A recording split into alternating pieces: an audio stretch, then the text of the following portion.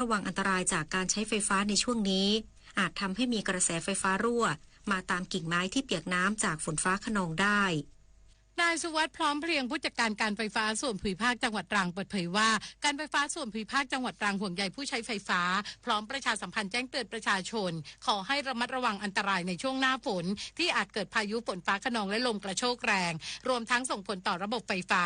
โดยขอให้ประชาชนอยู่ห่างจากป้ายโฆษณาเสาสายส่งไฟฟ้าแรงสูงต้นไม้ใหญ่และสิ่งปลูกสร้างที่อยู่ใกล้แนวสายไฟฟ้าเพราะอาจหักโค่นและพาดลงมาทำให้เสาไฟฟ้าล้มหรือสายไฟฟ้าขาดเกิดอันตรายต่อชีวิตและทรัพย์สินขณะเดียวกันขอแนะนำให้ประชาชนได้สำรวจต้นไม้ที่ปลูกในบริเวณบ้านของตนเองให้อยู่ในระดับที่ปลอดภัยไม่พลาดสายไฟฟ้าเพราะอาจทำให้ไฟฟ้าดับรวมถึงอาจทำให้มีกระแสไฟฟ้ารั่วมาตามกิ่งไม้ที่เปียกน้ำจากฝนฟ้าคะนองได้สำหรับในส่วนของห้างร้านที่ติดตั้งป้ายโฆษณาจะต้องตรวจสอบความแข็งแรงของโครงสร้างป้ายโฆษณาให้อยู่ในสภาพที่มั่นคงปลอดภัยรวมถึงสำรวจความพร้อมของไฟฟ้าแสงสว่างในบริเวณบ้านและถนนต่างๆหากพบมีกระแสไฟฟ้ารั่วหรือชำรุดให้รีบซ่อมแซมหรือแจ้งหน่วยงานที่รับผิดชอบในพื้นที่เข้ามาดำเนินการแก้ไข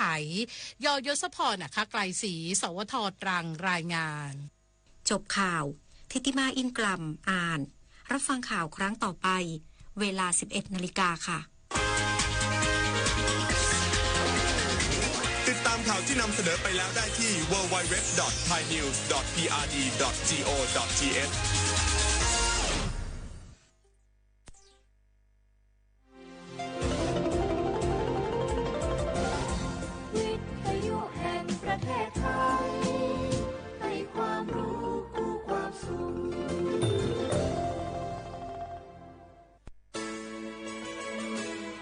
สถานีวิทยุกระจายเสียงแห่งประเทศไทยจังหวัดเชียงใหม่ AM 1476 กิโลเฮิรตซ์สถานีวิทยุภาคภาษาชาติพันธุ์แห่งเดียวในประเทศไทยที่มีความทันสมัยเชื่อถือได้สร้างอัตลักษณ์กลุ่มชาติพันธุ์สู่สากล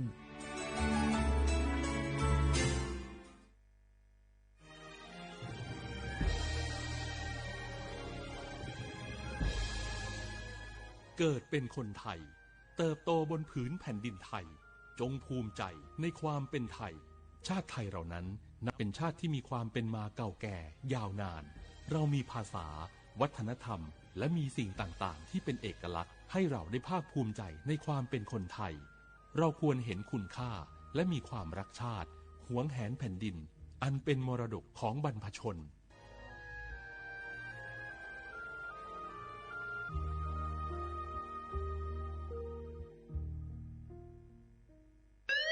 คุณผู้ฟังคะทุกวันนี้มิจฉาชีพมาในรูปแบบใหม่ๆมากมายที่เราอาจคาดไม่ถึงผมเนี่ยก็เคยโดนมิจฉาชีพโทรมาบอกว่าเป็นเพื่อนสนิทแล้วขอยืมเงินโชคดีนะที่เพื่อนคนนั้นอยู่ด้วยกันกับผมเลยรอดหนูก็เพิ่งโดนโทรมาบอกว่าเป็นตำรวจบอกว่าหนูมีคดีเกี่ยวข้องกับยาเสพติดแล้วก็ต้องโอนเงินไปเพื่อเคลียร์คดีโชคดีที่ตั้งสติแล้วก็ตรวจสอบก่อนไม่อย่างนั้นเงินเก็บหนูคงหายหมดแน่ๆเลยหากมีคนอ้างว่าเป็นเจ้าหน้าที่หรือให้โอนเงินอย่ารีบเชื่อต้องตรวจสอบข้อมูลกับหน่วยงานโดยตรงห้ามโอนเงินหรือให้ข้อมูลส่วนตัวเด็ดขาดและอย่าลืมนะคะว่าถ้าหากพบข้อความหรือโทรศัพท์แปลกๆให้แจ้งเจ้าหน้าที่ที่สายด่วน191หรือ1599เพื่อช่วยกันป้องกันและหยุดยั้งมิจฉาชีพค่ะร่วมด้วยช่วยกันเฝ้าระวังภัยรู้ทันมิจฉาชีพเพื่อความปลอดภัยของทุกคนด้วยความปรารถนาดีจากสำนักงานประชาสัมพันธ์ที่3กรมประชาสัมพันธ์ฝนตกหนักน้ำท่วมภัยธรรมชาติที่เราหลีกเลี่ยงไม่ได้แต่เราสามารถเตรียมตัวให้พร้อมเพื่อความปลอดภัยของทุกคนในครอบครัวได้ก่อนน้ำมาเตรียมตัวให้พร้อมเก็บของสำคัญขึ้นที่สูงเช่นเอกสารสำคัญเงินสดและสิ่งของจำเป็นอื่นๆและถ้าหากบ้านอยู่ในพื้นที่เสี่ยงให้ติดตามข่าวสารจากทางราชการอย่างใกล้ชิดเตรียมไฟฉายแบตเตอรี่สำรองวิทยุสื่อสารและยาสามัญประจำบ้านไว้ให้พร้อมและอย่าลืมตรวจสอบเส้นทางอพยพที่ใกล้ที่สุดด้วยขณะเกิดน้ำท่วมอย่าเดินฝ่าน้ำที่ไหลแรงหลีกเลี่ยงการสัมผัสกระแสไฟฟ้าและหากต้องอพยพให้ปฏิบัติตามคำแนะนำของเจ้าหน้าที่อย่างเคร่งครัดเมื่อภัยผ่านพ้นตรวจสอบความเสียหายของบ้านและทำความสะอาดเพื่อป้องกันโรคที่มากับน้ำท่วมเตรียมตัวให้พร้อมก่อนภัยมาถึงเราจึงจะปลอดภัยด้วยความปรารถนาดีจากสำนักงานประชาสัมพันธ์ที่3กรมประชาสัมพันธ์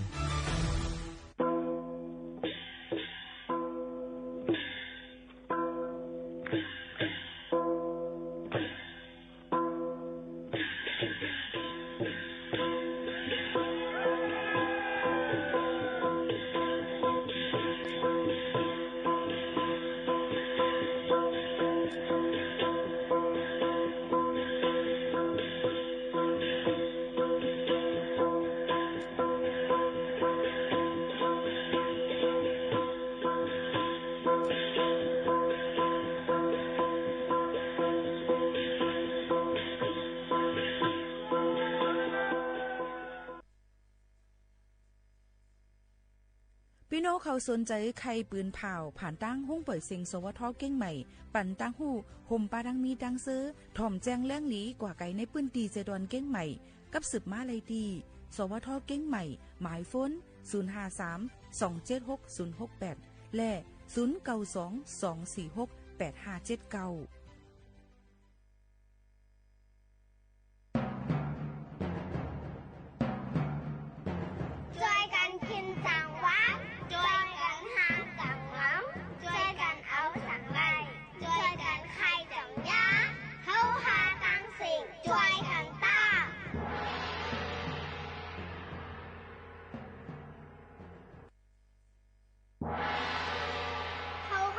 เป็นแห้งเข้าแป้งกันเป็นใหญ่เข้าหนังกันหักกันเทสันลันเข้าอยากเข้าหลุดจอยกันแก่มือมันอยากเข้าหลุดจอยกันหักมือมันนักหลูหมอหักกันมือไปตายหลูหมอเซร้ายมือไปซุ้ม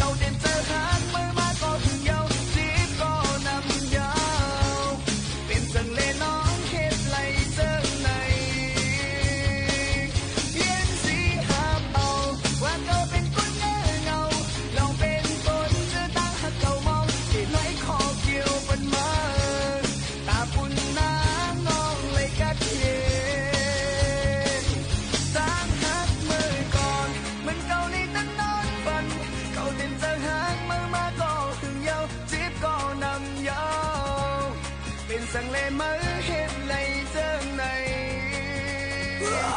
เย็นสีหามเอาว่าโตเป็นคนเนื้อเงาลองเป็นฝนจะตั้งหักเก่าเมาที่ด้วยคอเกี่ยวเป็นมาอาบุญนางน้อง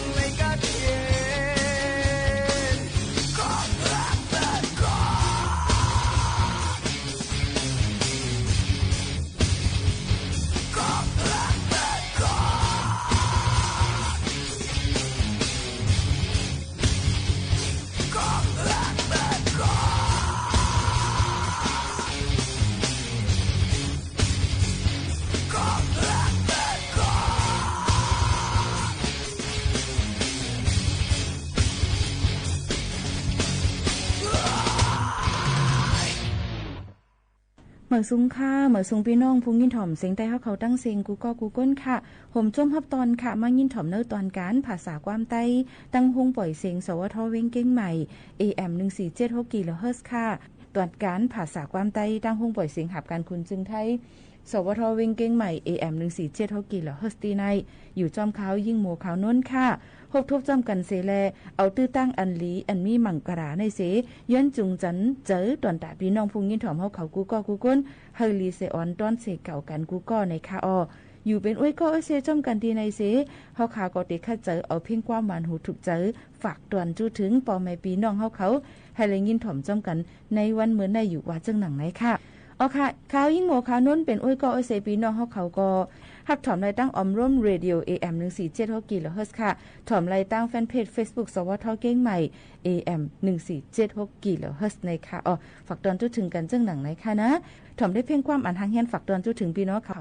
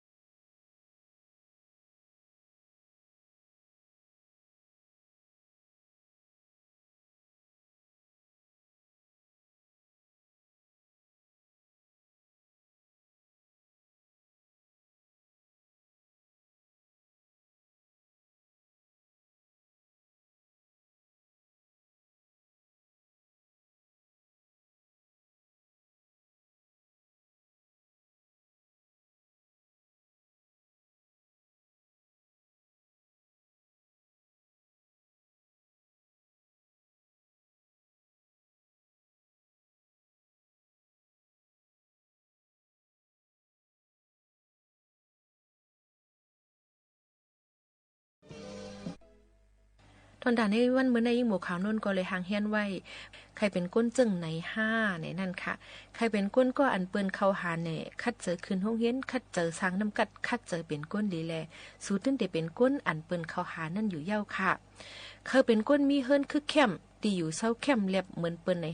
5อำว่าอองตีเลยก็เย้าตื้นเฮ็ดเป็นไรอยู่ค่ะเพราะนั้นเฮาหลูเลยคัดเจอเหตุการณ์4อันเจ้าเก่าเข้าใจเลยสิเปิ้นนั่นอยู่เย้าค่ะ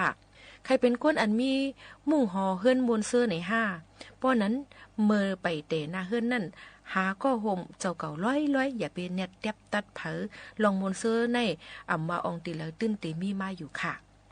ใครเป็นก้นก็อันมักมีก้อนหนึ่งเนี่ยป้อนั้นอย่าไปอยู่หลายค่ะเฮ็ดขับหมายหน้าการอันเจ้าเก่าเฮ็ดนั่น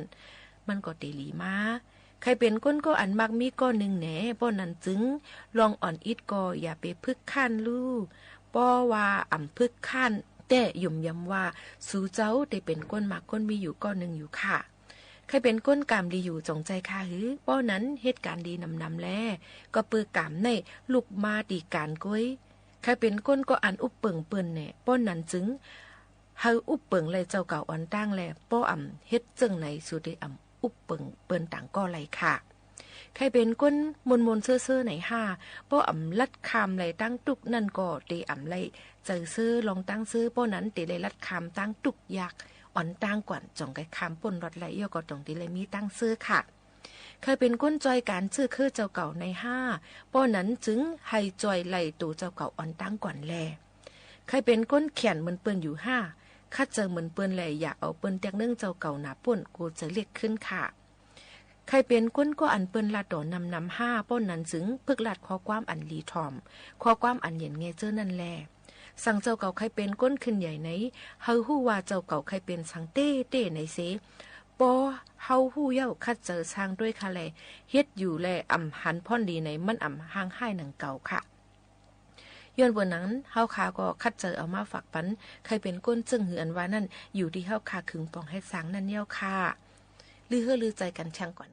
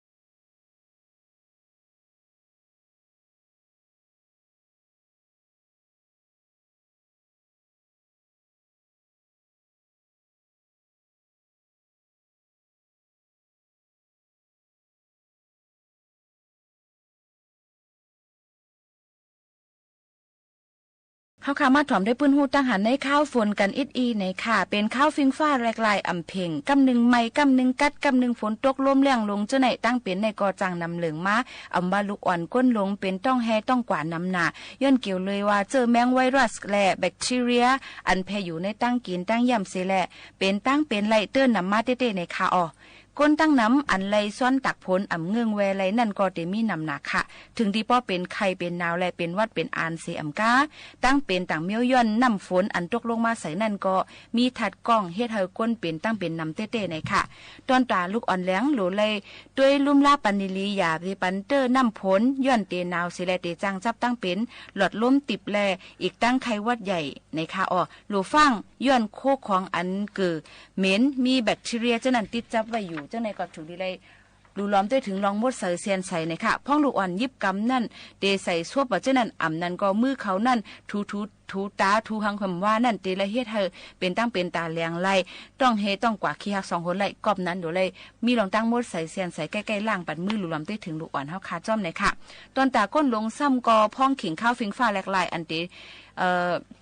ทบยากำน้ำนั่นก็เจ้งหนังตั้งเป็นหลอดลมหูเจอไข้วัดใหญ่คอเจ็บตั้งเป็นปอดเกลเจ้งหนังในค่ะพ้องออกเฮิรนหือกว่าส่วนกว่าหน้าเจ้านั้นก็เฮยตื้อใส่แคบติ้นอำนั้นก็ซอกติ้นย้อนจังเหยียบย้ายเยียวหนู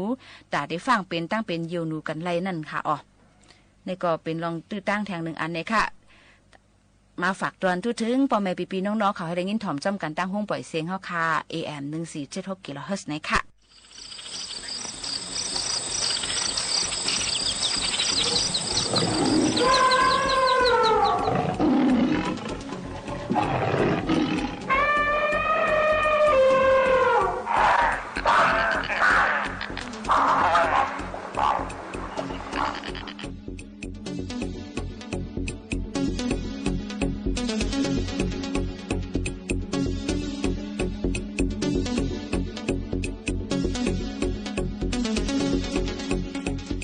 ข้าวในก็เป็นข้าวฝนในก็ว่าเลย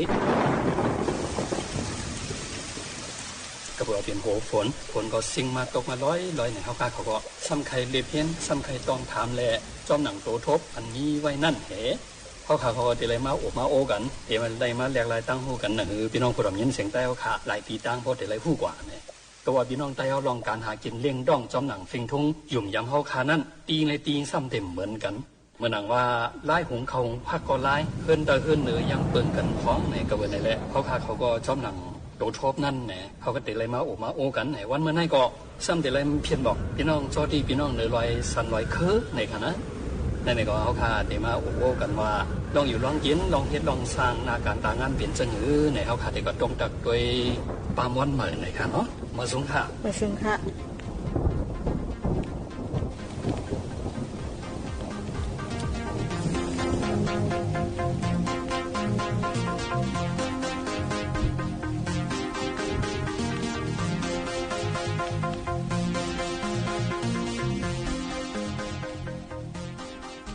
มันเอาปากว่าปิดเนียงมายักเนียงมายาวไหนพวกกับปิดตีโซนมากก็เอามาเพราะทั้งยาวนี้เพราะว่าเฮาเนียงเองมีบ็อกเซา30ในได้หลดใส่พื้นในโคเอาไว้ค่ะว่าผมนั้นก็2-3เฮิรนผมกันเฮ็ดค่ะ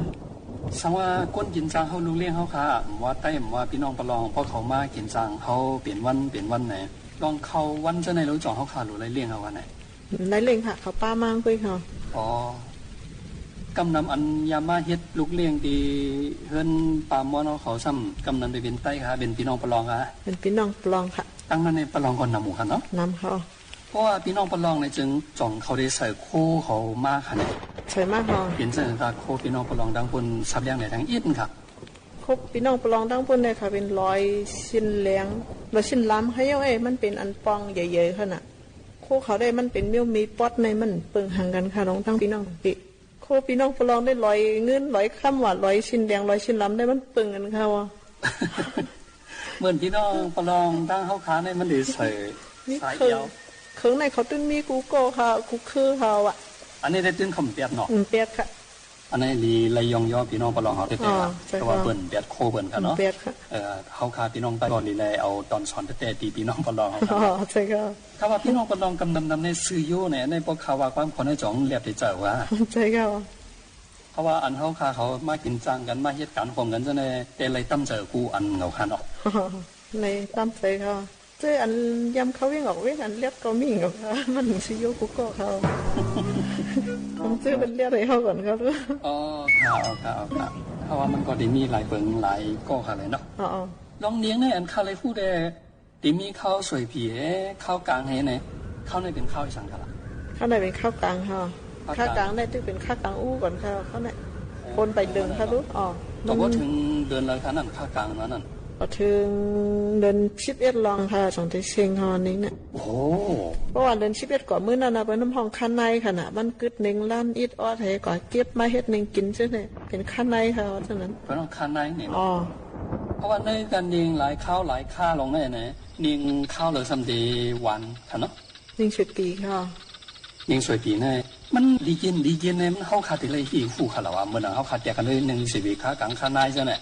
อ๋อพวกมันจีได้นำไงก็ปึงกันค่ะลูกนี่ข้าวกลางในพวกเขามัดจีเนี่ยก็นำในปึงเหลียงแห้งมากค่ะนะพวกหนึ่งสิปีนี่นิ่งมันนำเหลืองนี่ค่ะพวกหนึ่งสิปียาวอะไรนิ่งข้าในเด็กเป็นที่สองค่ะ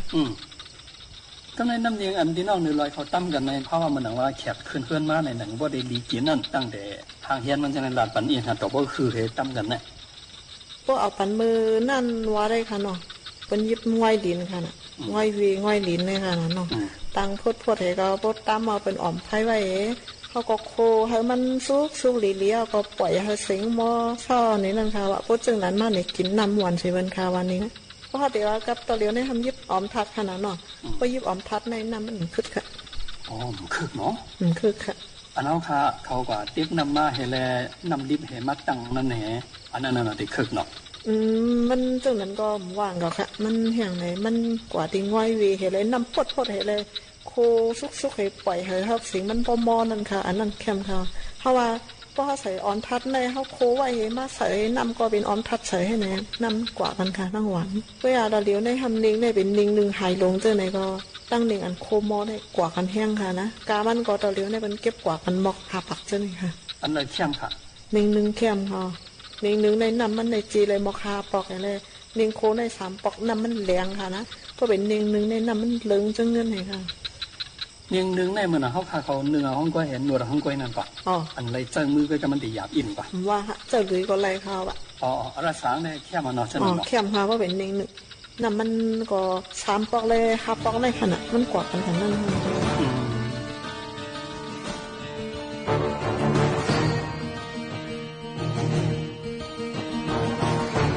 เพราะว่ากลางวันมาเนี่ยก้นหนุ่มเขาพอเพื่อนหนุ่มไม่เอิ้นหนุ่มเขาอ่อนกันกว่าเหตุการณ์ในสวนในไฮในนาก้นเถาสัมเปอร์เฮือนเปอร์ล้วนเนี่ยใกล้ทันเขาเลือกเนียงในนั่นค่ะเนาะ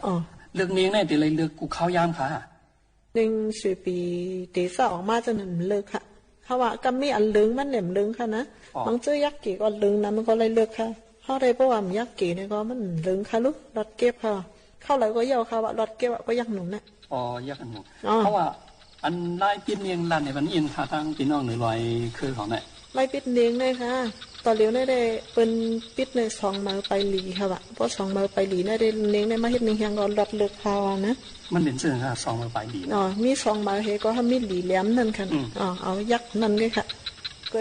อันมือกูปอกเขายำยักษ์เอาได้เขายักษ์3 มือไปหลีได้ก็เฮ็ดเนียงยังสมตาได้ถันนั่นค่ะ3 มือไปหลีว่าปีป่นมาปี2 ปีได้เป็นยักษ์2 มือไปหลีนี่เฮ็ดนิ่งแหงในรถเลือกค่ะนะเข้มข่าวทางนี้นะคะเป็นยินบางเชื่อว่ากูนั่งมันคืนในบนบางไอ้3-4 ยอดเท่านั้นค่ะรู้ครับนั่นได้กำจะล็อกพาไว้ค่ะลูกผมมีล็อกพาก็ยักษ์ป๊อดๆก่อนว่าอะไรเนี่ยมือน้ำนั่นค่ะอันนี้เกี่ยวกับลองเนียงค่ะเนาะแล้วก็มือข้าเขาย่ำกว่าหันเลยมือป้องข้าเขากว่าเอวกว่าสิวกว่าเจอกันเนี่ยพี่น้องเจ้าเพื่อนของใกล้ๆถามว่าตรงนี้ใส่กือเนี่ยนั่นทำมันมีป่องเจงค่ะล่ะนั่นเลยกรรมเขาส่งค่ะว่าเขาเกี่ยวกันเนี่ยก็ใส่มิติอายสารเลียนนั่นขนาดคำพองก็มองกินอะไรคำพองเราใส่กือนั่นค่ะลูกก็ในหันเบิ้ลใส่ล้ออย่างแทงค่ะของง่ายอย่างนั้นเอาหอมมันหอมอันนั้นหอมเดียวค่ะเนาะหอมเตะค่ะแล้วเนี่ยลองรายงานโรงงานดิบค่ะงานหล่อค่ะงานหล่อค่ะโคเห็นเนาะโคเองค่ะใส่มืออะไรค่ะใส่มืออันเขาค่ะปล่อยเนียงค่ะอีกพอเขาใส่นิ่งลงก็ใส่ง่าลงให้กำเหนียวขนาดเอาน้ำใส่ให้ก็ เพราะว่าใส่นัดอ่อนทัดนะเด้เพราะเข้มค่ะนะมันโหลดตังน้ำพดๆให้จังคารัดในเมื่อไกลค่ะว่าอ๋อเพราะว่ามันเปียกเปิงเตะค่ะเนาะต้องอันใส่แล้วอันใส่อันนู้นอ๋อครับ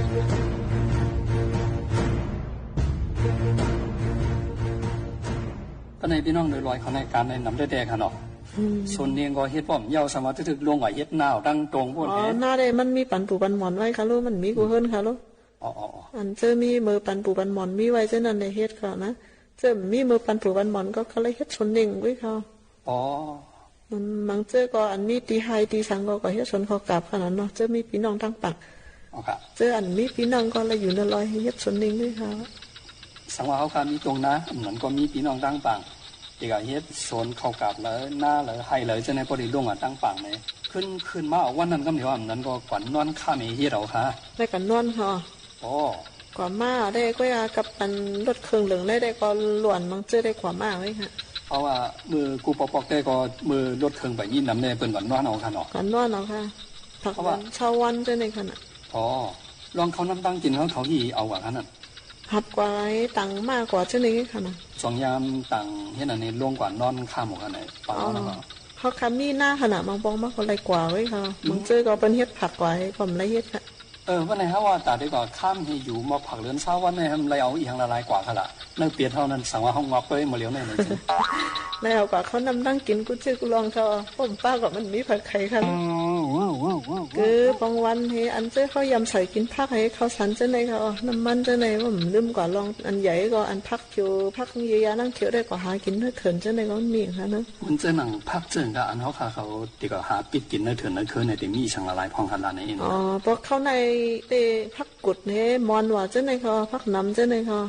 เพราะว่าผักตีต่อนกูมิ้วมิ้วก็มันมีขนาดมิ้วอีเถมา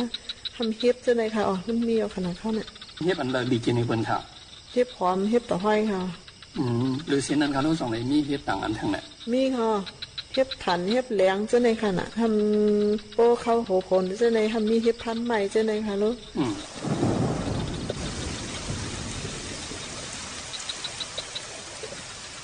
มีกุ้มยิ้มเย้าเขาแบบเฮ็ดต๊อปว่ะเฮ็ดปกเจ้าในค่ะเนาะเฮ็ดพันใหม่เฮ็ดพันลิ้นเขาเนาะเพราะว่าอันเฮ็ดคนเฮ็ดยับได้ก็มันก็เต็มมีอยู่กูเข้ากับเขาเลยสังว่าเฮ็ดอันออกมาข้าวฝนในเขาค่ะกินยาอะไรเป็นฟองโฮนก่อนในถึงที่เกี่ยกันขนาดกันก็ลาวาได้ค่ะมียาเกี่ยค่ะเพราะว่ามันจังว่าขนาดบางเจอกินยาเฮ็ดนั่นเฮ็ดไหนบางเจอได้ก็มือไว้ก่อนก็การบางเจอมันถูกเดือดรวมแลเปลี่ยนฟองโฮนก่อนจะในขนาดเนาะเขียวฟองโฮนอันนั้นเขาค่ะที่กระโดดเลยกว่าหาปึงปูเสียกันไหนอีกค่ะยาติ๊บต๊อบมือหนังเขาขาดแถวเนื้อเถื่อนนั่นครับว่าอ๋อยาติ๊บต๊อบแถวเนื้อเถื่อนได้อ่อนตั้งสุดได้กือได้แก่สีบันค่ะว่าอ๋อคือใส่ผักไหมคือใส่ผักขนาดเพราะว่าเขาเด็กหูเฮ็ดปรุงสังเจ้าในก็ผักมีเผือกค่ะเนาะทำผักกับจ้อนเจ้าในขนาดยาเก่งอ๋อค่ะ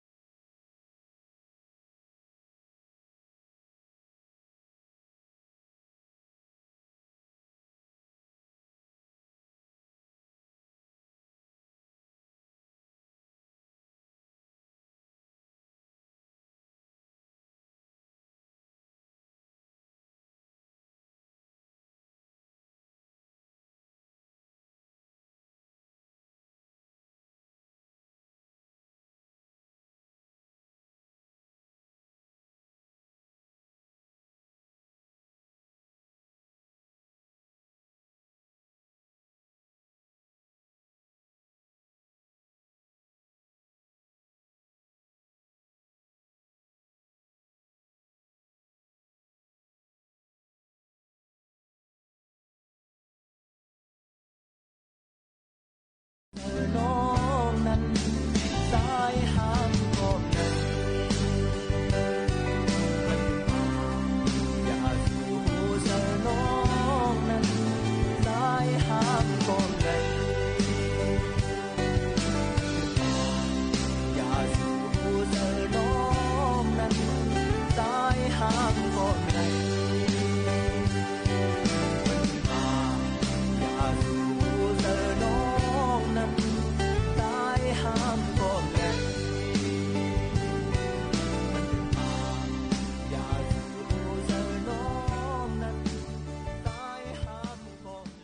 อันดาที่ตื้อเจอตื้อเจอนั่นอยู่ที่ก้นก็นั่นหมอปล่อยวางเลยค่ะเพราะว่าที่เอาเมาใส่ใจอยู่ติ๊กๆในก็ที่นักโหนักเจอนักออกนั่นกุ้ยยันเปิ้นนั้นเลยสั่งหมอปล่อยวางแลไว้เจอก็ใจเย็นในสึงกูลองกูอันเราได้มีตั้งซื้อค่ะตั้งซื้อนั้นหาอะไรตีไรล่ะในอำหาอะไรตีไรค่ะหาอะไรตีตูเจ้าเก่าล้วนๆเดียวค่ะยันเปิ้นนั้นตีให้ตูเจ้าเก่ามีตั้งตุกค่าตีให้ตูเจ้าเก่ามีตั้งซื้อในอยู่ที่ตูเจ้าเก่านั่นกุ้ยค่ะอัตตหิอัตโนนาโถเนี่ยค่ะตูเจ้าเก่าเป็นที่ปึงตอนตาตูเจ้าเก่าค่ะตอนตาในวันเมื่อในผัดยันพี่น้องเขาเมื่อกว่าก่อนเดียวค่ะนะส่งขึ้นมาพบมาทบจำกันเพียงค่ะม่อนๆค่ะขอบใจค่ะ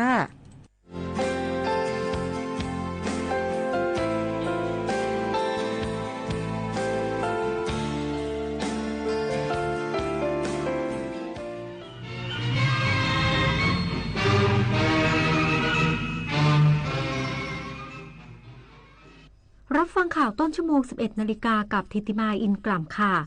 เกิดเหตุระเบิดรถหุ้มเกราะรีว่าของ